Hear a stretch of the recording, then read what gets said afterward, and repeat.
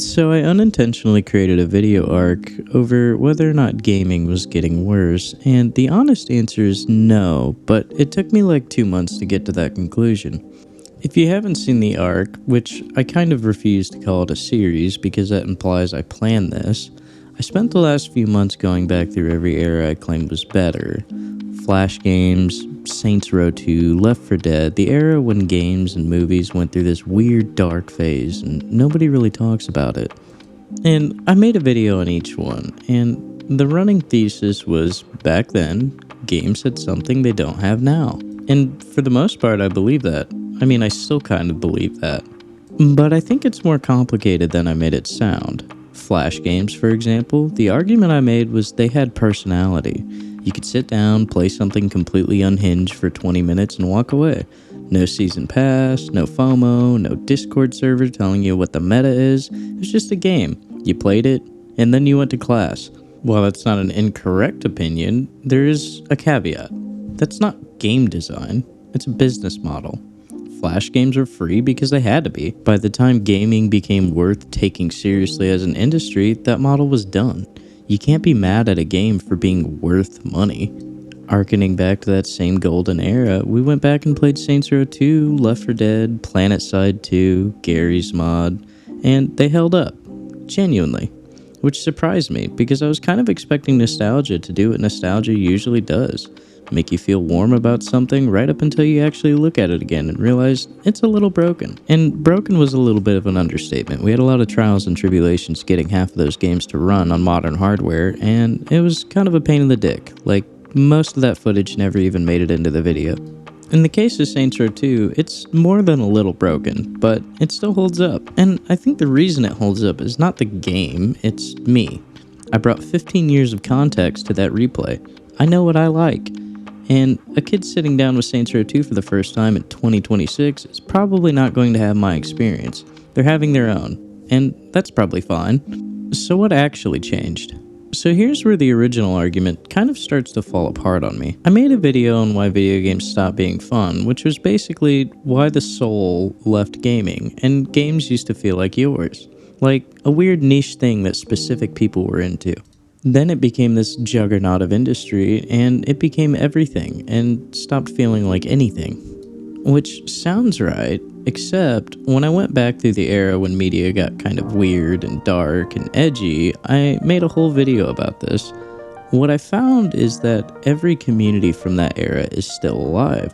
The RTS people are still there, survival horror fans are still there, Warframe has been out over a decade, that community is, and I say this with love, feral. The good stuff didn't go anywhere, and that's a problem for my original argument, because if the soul didn't leave, if the games I said mattered still have active communities built around them, then what actually stopped being fun? And I realize I'm about halfway through a video that is just actively dismantling a video I already made, which is weird, but I started this arc wanting to find out if I actually believed what I said, and the answer is partially.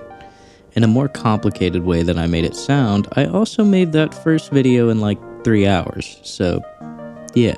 So the good stuff is still there, it just stopped being on the front page, and I think that's why I confused less visible with gone, which is a me problem, I guess, not necessarily an industry problem. If you're new here and have no idea what the fuck I'm talking about, go ahead and like, subscribe, and go watch the essays playlist that I have. Go watch that, come back, and we'll finish this journey together. Here's what I think actually happened. Nothing got worse. Gaming won. It went from this weird subculture thing, something you had to seek out, something that wasn't everywhere, and it had to fight for shelf space and legitimacy, to a $200 billion industry. And it's mainstream now. It's everywhere. Your grandma knows what Minecraft is. Think about that. And when something wins, at least culturally, when it goes from niche to mainstream, it stops feeling like yours. Not because it got worse, but because it got bigger. And I think that's what I was mourning the whole time. Not the quality, just the ownership. The feeling that this thing belonged to me and you and kids who stayed inside, latchkey kids, people who actually read the manual, just weirdos. That feeling is gone because gaming belongs to everyone now. And honestly, that's good.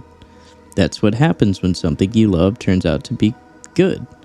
Other people find out about it, and they like it too. And when things get more popular, you have to start appealing to broader audiences. And from the corporate aspect, when more money is involved, they're going to take that route. That doesn't make the loss easier to feel, but it's not the game's fault. Flash games didn't disappear because they got worse, they disappeared because the platform died, and the business model was never sustainable. Saints Row doesn't have a sequel that captures what it used to be because it was a mid-budget game made for a specific kind of player that no longer represents the majority of the market. The majority of the market has better taste than us. And while I resent that, if I was the tastemaker for all of gaming, I think there would be a mob outside my house. Throughout the late 90s and mid 2000s, media was weird and dark, and that didn't end because the content got worse. It ended because the audience got bigger, the industry started making decisions for a mass market, and times were changing. It's not equated to anything getting worse, those are just the consequences of success. And that's why Rick Ross is the boss. So, if gaming overall didn't get worse, did the era get worse? Yeah, a little. In a specific way that all eras get worse when they end, which is, they end. But the actual answer, the one I think is true after 4 months of playing through my own argument, the games that mattered to you still exist, the communities are still there, older RPGs with active modding scenes, indie games doing things the big studios won't touch because there's no safe market research for them. The weird stuff is still out there. You just have to look a little harder for it. There's just more everything now. More games, more content, more noise. The signal didn't get weaker, the noise got louder. Which means the question was never, did gaming get worse? The question was, can you still find the version of gaming that feels like yours? And yeah, you can.